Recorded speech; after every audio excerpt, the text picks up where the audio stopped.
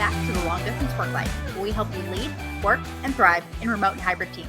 I'm Marisa Eikenberry, a fellow remote worker, and joining me is my co-host and remote work expert, Wayne Turmel. Hi, Wayne. Hello, lady. How are you? I'm great. How are you?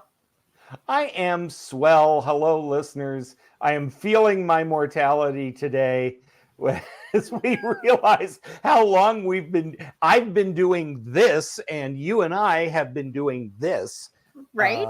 It's been a while. Yeah. So actually, recently, we not only hit our 2-year anniversary of the show, which I think was somewhere around March 28th, but in addition to that, we have also crossed our 100th episode, and we weren't paying attention to it. So we actually missed what the exact 100th episode is, but we decided we're going to talk about that today. Let's see. When you crank out one of these a week, and there are 52 weeks in a year times 2 years, it's sometime in the last couple of weeks, I would think. Somewhere around in there. Something like that. And I know we had some weeks where we didn't release an episode at all, and so it threw some things off. But that being said, today we're going to talk about the lessons that we've learned through 100 episodes. And in my case, I've only been on 50 of them. So. But you have listened to and edited and been in on the conversations, even on those, and you've been listening to those as a learner, as our audience hears it. That is true. So thinking about our very first episode, which I'm fairly certain was what is remote work, or when did remote work start? You know, what were some of the initial expectations that you had when we started the show? I mean, there's the cynical, pragmatic, take your pick of words, approach, which was we wanted to get the word out about the work that we did.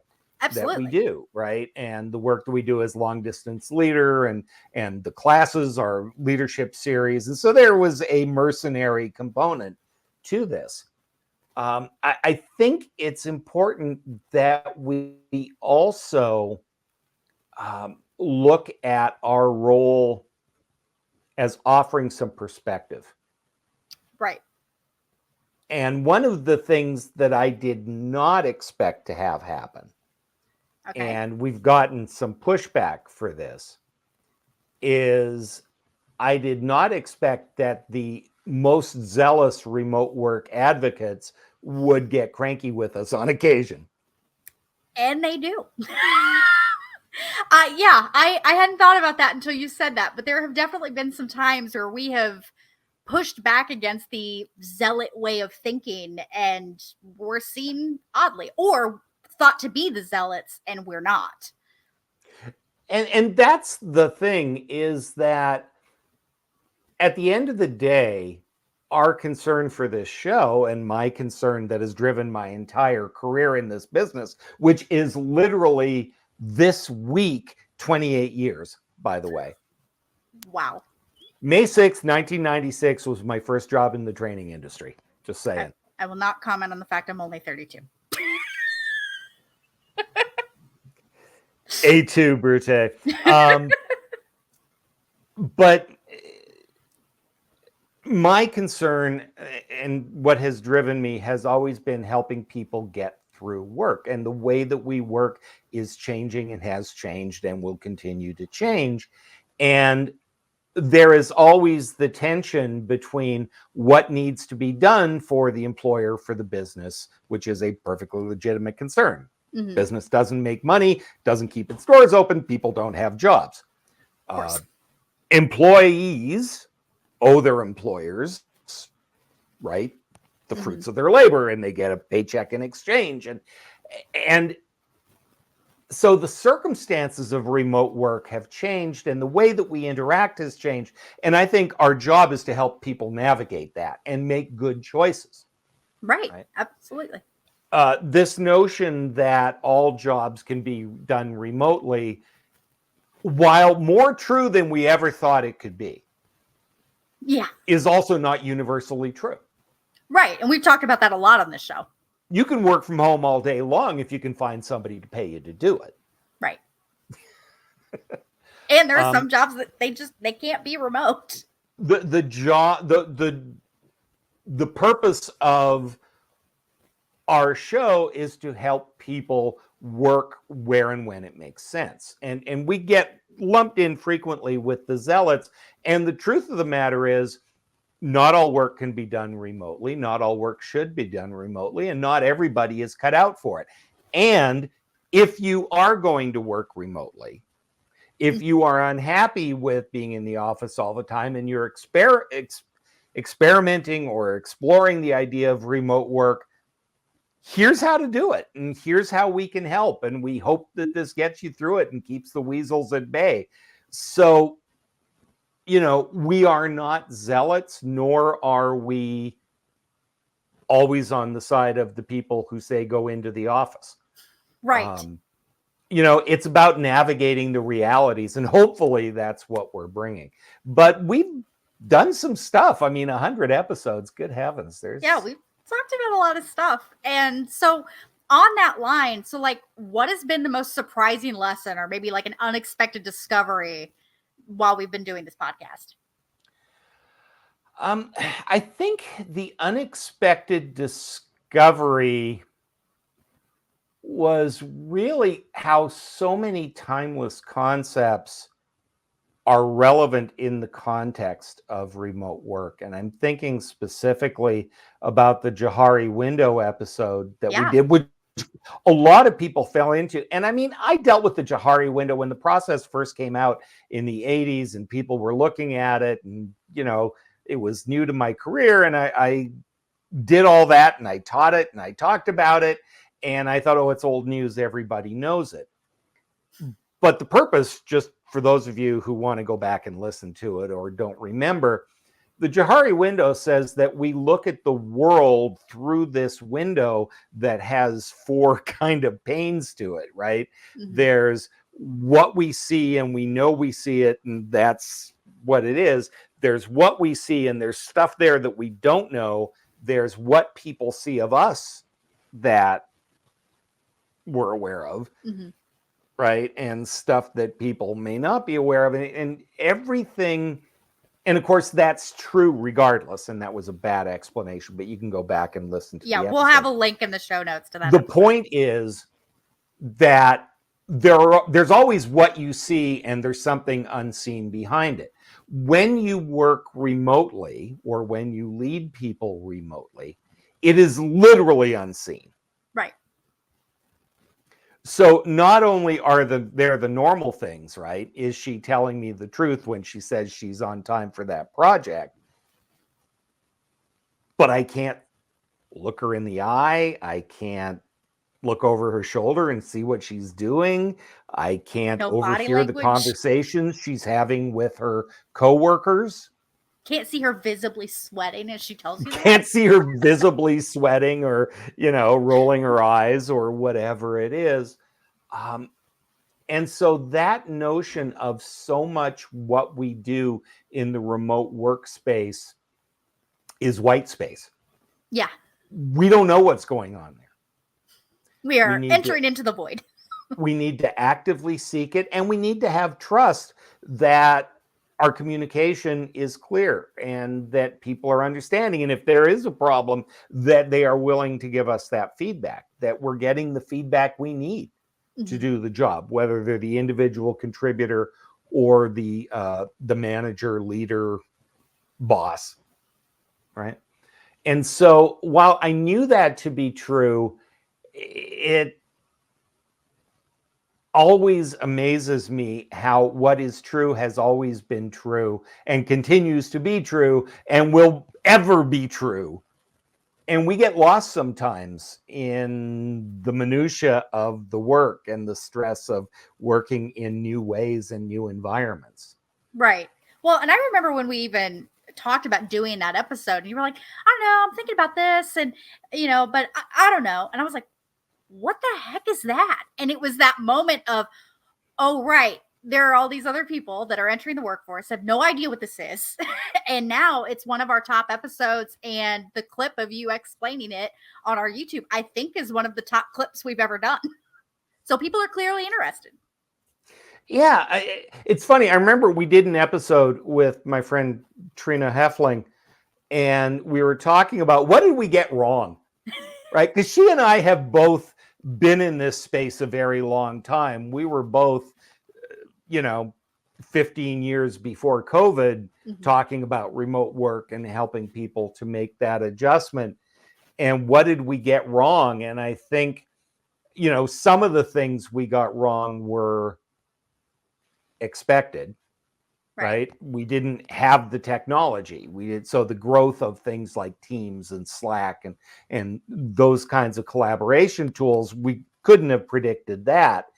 I think the biggest thing that was the jobs that could be done remotely. Absolutely. We had no idea how prevalent it was until 2020 happened. And it was like, oh, we thought this could never be done remotely, but it actually can. Yeah. And we had a conversation with Alan Whitman, who is the head of an accounting firm, and talk about old hidebound businesses that ran by tradition. Let's talk about CPA firms. And even prior to COVID, he was in the process of, and you can listen to this exercise, we'll have links in the show notes. He was in the process of revolutionizing things by saying, you sit at a computer and crunch numbers all day. The benefits of being in the same crowded room to do that aren't what we thought they were. Right. And by thinking about remote work differently, yes, you are giving up some things. The office party really sucks when everybody's the pizza on isn't Zoom. that good. The pizza isn't that good, and happy hour is kind of sad and clinically dangerous.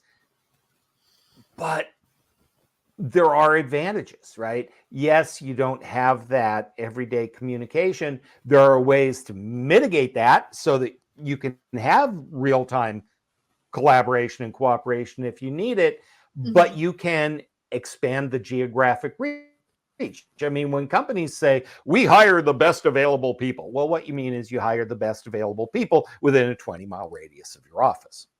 Right. When you open yourself up to working remotely, your talent pool expands, your customer pool expands, right? So people that are rethinking the old ways of thinking and making it work are interesting to me. And I think Alan's episode was a really good example of that. Yeah. I've also the thing that does depress me about it. Okay.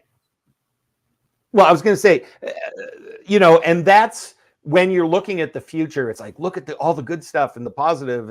And this is where the remote work folks sometimes get a bit rose-colored glasses about the whole thing. Certain things continue to depress me. In many ways, it's made the issue of sick days worse. Right. And we've talked about that on an episode too. We're always terrible about taking their sick days. Most Americans don't nearly take all the time off that is available to them anyway.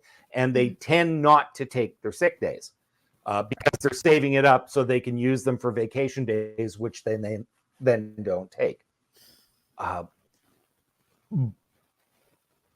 when you're at home, a lot of us are like, well, yeah, I'm sick, but I'm already home. So I'll get on that call, or I'll answer those emails, or I'll do these things, which can add, if you're not careful and mindful, to the stress and the burnout and other things that are a legitimate concern about remote work. Right. Absolutely. Well, what about you, lady? I mean, it's funny. You are only actively engaged in half of the shows. Right. But you edit and listen to and have sat in on these conversations. And by the way, while I have had a lot of these conversations over the last 28 years, a lot of this is new to you. What surprised you? Yeah. So one of the things that has surprised me, and it's less about what you and I have talked about as far as like learning something, but never knowing what's going to resonate from the listener's perspective. So we had an episode, and I'll link to it, about the return to office backfire and scare tactics that were being used to get people back into the office. And one of them was this crazy avatar, and her name was Anna, and she looked decrepit. And we made a nice Leia joke, and it was great. Well, context: a company in the UK which had a vested interest in getting people back to the office created this avatar and this. Yeah, they sold office furniture, and it was this whole avatar about what happens when you work from home remotely. And Anna was this vaguely Jabba the Huttish type who was working in bed with like food wrappers and all kinds of things, and she had this sickly pallor because, of course, that's what happens when you work from home, right? Right. But people's reaction to that was pretty vociferous. That was the most wild thing. So not only did that episode kind of had a, for us, mini viral moment on YouTube. And for us, mini virals, like, it got 7,000 views, and that was incredible for us. But it just kept getting more views, and we weren't expecting that to happen. Like, why did that one take off as opposed to some of the other ones? But some of the comments were interesting too, because we did have some people that were thanking us for talking about that subject and talking about, why it was wrong. And we had others that were like, okay, you guys are fat, go back to the office. There were some I deleted, or you guys are lazy because you won't go back to the office. And it was like, I'm a hybrid employee, first off. And two, like, we're still doing our job. We're just doing it from home. I think one of the things, and by the way, if you haven't figured out by now, we do in fact listen to you listeners. So, comments, questions, vicious personal attacks, we look at them all and we incorporate them into the show. Some of the most fun episodes we've had are like pet peeves or answering specific questions, or why do you hate virtual meetings, right? Yeah. Whatever it is. Yeah. But I think that the tension around remote work is something that, if we've done anything really well over the last 2 years, 100 episodes, I think it's being pretty candid about benefits and minuses and what works in order to make it successful and what do you need to watch out for that may make it less so, and maybe that's not such a good idea.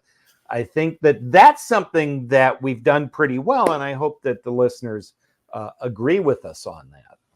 I think some of the other thing that's been really fun too is some of the topics that we've talked about where you and I approach the same topic a little differently. Because I've not been doing this nearly as long as you have. I just had my 10th anniversary at the company just last week. And, and I have not worked from home most of that time, all the time. I used to be in the office full time. And so there have been some things that, as a digital native, I'm going to approach that subject differently than you are. And it doesn't mean that one of us is wrong. It's just a different way of looking at it, and a way of us taking both perspectives and learning from each other. Yeah, I think that the demographic differences are really important. We are at a unique time where we're going from people who had to learn to use a computer to people who practically have implants. That idea of the digital native is a big change in how people approach their work and what it means to be productive. I think that the demographic changes, moving from the baby boomers through whatever artificial divisions we've put in there, X, Y, Z, millennials, echo boomers, Zoomers, Zoomers, wascally wabbits, whatever the heck you want to call the different groups of people. Those differences are real. And they have both positive benefits that they bring to the workplace and ideas. I remember talking to somebody about meetings, and somebody said, these darn kids, any sentence that starts with these darn kids, I usually know I'm going to really enjoy this conversation. Yeah. But it started with these darn kids, they have no attention span, and they aren't willing to sit through a meeting knowing that the meetings are going to be awful, but they got to do them. And I said, says who? Right. Why would I sit Right? in a meeting that's awful and does nothing for me when I could be doing a project that I've also been assigned to do? Yeah. So maybe what we need to do is make the meetings less awful. A strange concept. It's like, yes, I have calluses on my butt from sitting for long periods of time inactive, but that's not a badge of honor. Right. So I think that even though you are an extremely old soul, I think that the demographic differences have a lot of meaning and add a lot to the conversation. Yeah, I think so too. And and even like a funny behind the scenes for some of you that are listening, like we did have a conversation once, and I will have to look and find out what the episode was because I do not remember it off the top of my head. But we were talking about the differences between the generations and how they work from home. And you had asked me about, well, how do your friends feel about it? And I don't have friends that work from home. Like none of my immediate friends work from home. They've all got jobs that they go into the office for because they have to. They're in medicine or whatever. And I remember having a moment of, I can't just tell them. Like I don't have it. So I'm trying to make up something on the spot. So, that was super fun. But something you didn't have to make up. I loved the episode that we did where we used you as the guinea pig for the gaming avatar. I had so much fun. That it was like I got to have my hobbies and my interests and everything all wrapped up into one. And it was a beautiful thing. We still use So Work in that organization today. And we still have fun with it. So there's that. So and I'll link to that too. Yeah. So I know we could go on about this forever, and self-congratulatory anniversary episodes are usually painless. What do you think, listeners? What have you learned from the show? What do you enjoy about it? What do you hate about it? Tell us, what do you want to hear more of? This is a really good time to take stock and assess, are we bringing you what you want to hear? So let us know. And that is not lip service. We need to know that stuff. Yeah, I was going to say, I legitimately look at every comment that we get on all of our social media platforms. And as long as you're not a jerk, I don't delete the comment. So, and usually respond. But that being said, Wayne, thank you so much for 100 episodes. And here's to 100 more. It literally would not have been possible without you, lady. So you do all the heavy lifting on the back end. So I'm also the one that told you to do it. Plus, you're the one that told me to do it. Thank you to Marisa. Thank you to Kevin and the team at the Kevin Eikenberry Group who keep us afloat and paid. And thank you to you listeners. We want to do what you need from us. That's what we do here. So thank you for listening. Marisa, bring us home. Well, as Wayne said, thank you so much for listening. And for show notes, transcripts, and other resources from this show or any other of our episodes, visit longdistanceworklife.com. If you haven't yet, subscribe to the show so you don't miss any future episodes. While you're there, be sure to like and review.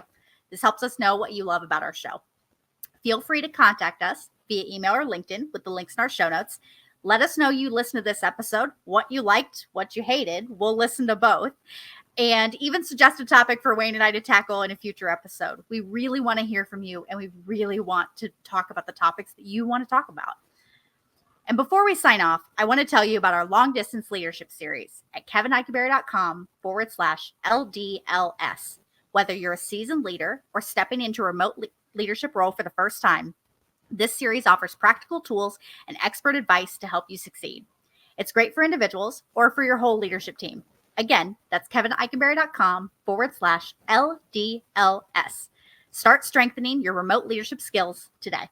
Thank you so much for joining us for over 100 episodes, whether this is your first one or you've been with us for a long time. And as Wayne likes to say, don't let the weasels get you down.